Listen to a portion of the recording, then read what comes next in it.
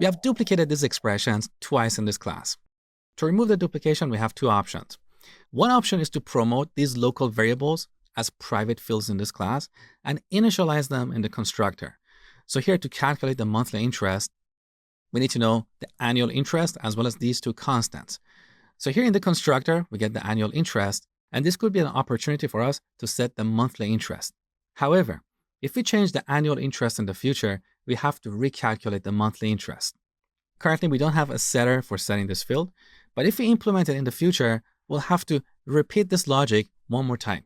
So we have to calculate the monthly interest once in the constructor and once in the setter of the annual interest field. So this is not a good option. A better approach is to extract this expression as a private method in this class. We call it getMonthlyInterest. So let's select this expression. Now we activate our refactoring menu using Control and T. You cannot see it properly here, so I'm going to bring this menu from the top. So refactor, we want to extract a method.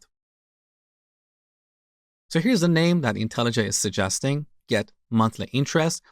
And this method is going to be declared as private because this is implementation detail. We don't want to expose this to the outside. So this is abstraction in action. Now let's refactor this. Now here's what I love about IntelliJ. It detected that we have repeated this expression somewhere else. So it's asking us if we want to replace this other occurrence. Let's click on all. All right.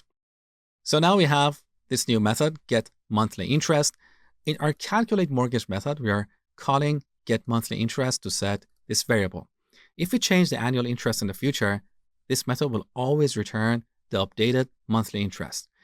Now we're going to repeat the same steps with this second expression, where we calculate the number of payments. So let's select it, go to Refactor, Extract, Method. This method is going to be called getNumberOfPayments. I'm happy with the name. Let's refactor it and replace both occurrences. Beautiful. All right, now let's review the entire code in our mortgage calculator class. So we have these static fields on the top. Below these, we have our instance fields. Here's our constructor. Here we have our calculate balance method. Below that, we have getMonthlyInterest, which is like a getter. Now, it's a good convention to move all getters and setters to the bottom of the class. This makes it easier to read and understand the code. So this get method shouldn't be here because below that, we have another calculate method. So I'm going to select these few lines. Now let me show you another cool shortcut. Under the code menu, look at these two items. Move line down and up. Look at the shortcut. On Mac, it's Alt, Shift, and down. So with these lines selected, I'm going to press Shift, Alt, and down. And now we can bring this code down and see how it fits. So let's scroll down. Okay, that's better. So we have all our getters in a single place. Get monthly interest, get number of payments, and get years.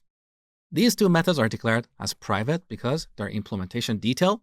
However, get years is declared as public because other classes need to use it. So it's part of the public interface of this class. Now, what is beautiful about this code is that here, we don't have anything about presentation. This class is purely responsible for calculations. It doesn't care what we want to do with these values. Do we want to print them on the console? Do we want to write them to a file? Do we want to show them in a desktop application with a graphical user interface? These are all presentation concerns. So in this design, we have moved all the presentation concerns to this mortgage report class.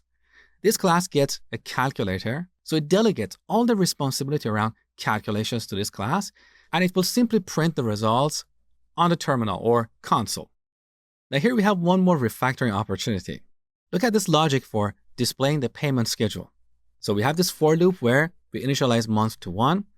As long as month is less than or equal to the number of years times months in year, we're incrementing month. Every month we calculate the balance and then print it.